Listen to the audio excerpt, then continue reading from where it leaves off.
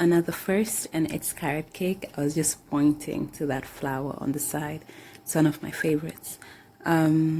So I just added 2.5 cups of flour, 2 teaspoons of cinnamon, 1 teaspoon of ginger, a 1/4 teaspoon of cardamom, then 1.5 teaspoon of baking powder, and 1 teaspoon of baking soda.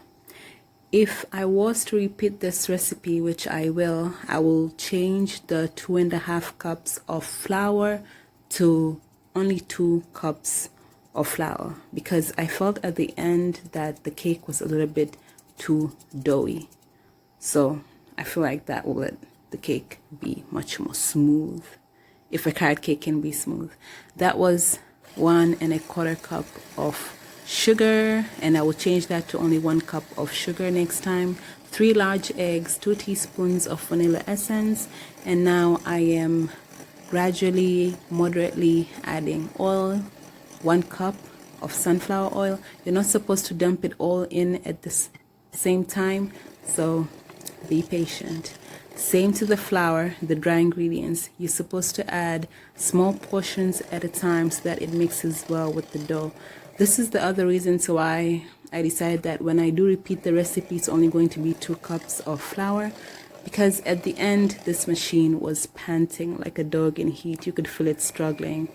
And that got me worried, because the only liquid in the cake was oil. So how would the cake rise? I just feel like it would get a difficult time rising, and that baking powder would be working extra hard. So just make sure your mixture feels like peanut butter, and then it's time to add carrot cake, the carrot.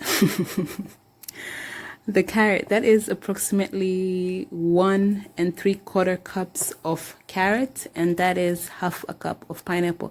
I got this from Keanu from Tasty, and the pineapple is really good in making sure the cake stays moist, even though I had a little bit too much flour in this cake.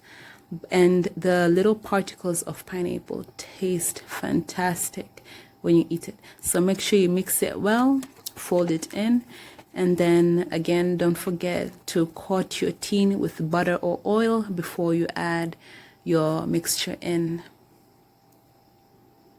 Make sure you add it all in. Don't leave any scraps behind. You paid for that. There we go. I'm always proud of myself at this point. And shake the tin to just make sure it's spread well. I would use the widest tin possible.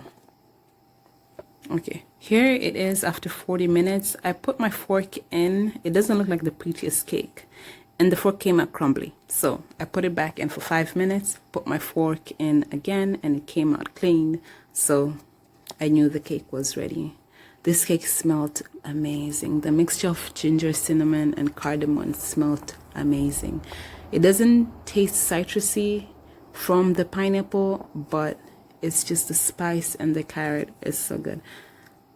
Can't wait to repeat it. It was a very tasty cake.